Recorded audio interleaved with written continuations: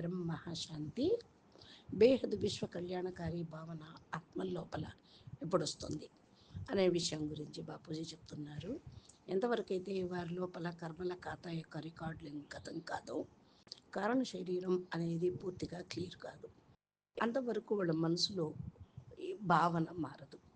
ఎప్పుడైతే క్లియర్ అవుతుందో కారణ శరీరం, మనసు మారిపోతుంది. అప్పుడు వాళ్ళు మనసు మాయ నుండి బయటపడతారు. లేకపోతే క్లియర్ కాలేదనుకోండి, కారణ శరీరంలోని ఖాతాలు మనసు భ్రమిస్తూనే ఉంటుంది. ఎప్పటి వరకు మనసు మాయలో భ్రమిస్తూ ఉంటుందో అప్పటి వరకు విశ్వ కళ్యాణకారి ఆత్మ కాలేరు. కోరుకున్నప్పటికీ అనుకున్నప్పటికీ కాలేరు. ఎందుకంటే వారి మనసులో భావన అనేది ఉంటుంది, నేను విశ్వ కళ్యాణకారి ఆత్మగా కావాలి అని, చెయ్యాలి అని, కానీ చేయలేరు. ఎందుకని అంటే వారి కర్మల ఖాతాలు, లెక్కాచారాలన్నీ శరీరంలో, కారణ శరీరంలో రికార్డింగ్ అయి ఉన్నాయి. అది మనసుని ప్రభావితం చేస్తూ ఉంటుంది. మనసు మాటి మాటికి మాయలో ఇరికింప చేస్తూ ఉంటుంది. ఇది ఎంతవరకు అయితే బేహద్దు జ్ఞానిగా ఎవరైతే అవుతారో, బేహద్దు వైరాగిగా అవుతారు, హద్దు వస్తువుల నుండి వాళ్ళ బుద్ధి తొలగిపోతుంది. బేహద్దు పరంపితతోటి పవర్ తీసుకొని పూర్తిగా కారణ శరీరం ఎగ్దం క్లియర్గా అయిపోతుంది. ఎగ్దం కర్మల యొక్క ఖాతా, లెక్కాచారాలు గతమైపోతాయి. వికర్మలు వినాశనం అయిపోతాయి. కారణ శరీరంలో ఏమీ రికార్డు లేనప్పుడు ఆత్మ ఎగ్దం మనసు పూర్తిగా మాయాజీతిగా అయిపోతూ ఉంటుంది. మనసు మాయాజీతిగా అయిపోయినప్పుడు విశ్వ కళ్యాణకారిగా కాగలరు, నష్టో మోహగా కాగలరు. అప్పుడు ఆత్మ దేహము, దేహ సంబంధికుల మధ్య ఉంటూ కూడా కళ్యాణకారిగా కాగలరు. ఇరుక్కుపోదు మనసు. వారి లోపల దేహము, దేహ సంబంధికుల్లో మనసు తొలగిపోయిన కారణం కల్లా అందరికీ కూడా కళ్యాణం చేయాలనే భావన ఉంటుంది.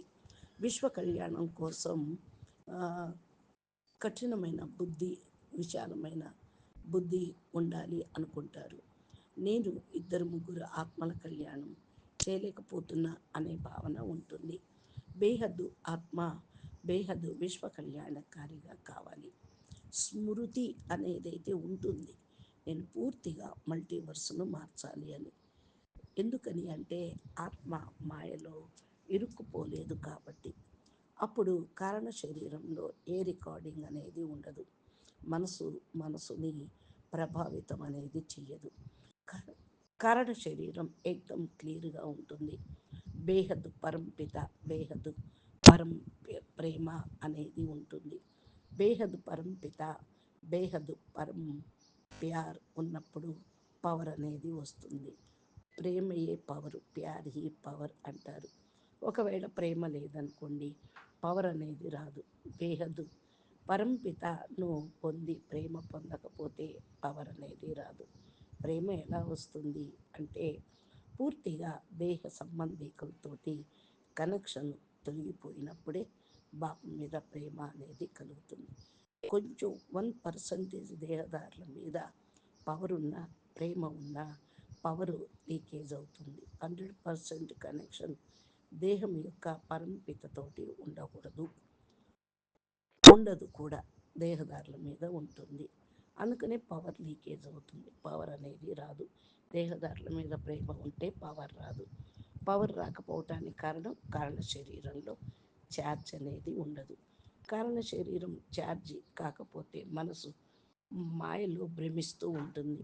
మనసు మాయలో భ్రమిస్తూ ఉన్నప్పుడు విశ్వ కళ్యాణకారి ఆత్మగా విశ్వ కళ్యాణము చేయలేరు, విశ్వ కళ్యాణకారి ఆత్మగా కాలేరు. విశ్వ కళ్యాణకారి ఆత్మ కోసం ఫస్ట్ బేహద్ జ్ఞానిగా కావాలి, బేహద్ యోగిగా కావాలి, బేహద్ పరంపితతోటి పరం ప్రేమ ఉండాలి. అప్పుడే పవర్ వస్తుంది. ఈ పవరు ఉన్న కారణం వల్ల కర్మ బంధనాలు తొలగిపోతాయి. మనసు తేలికవుతుంది.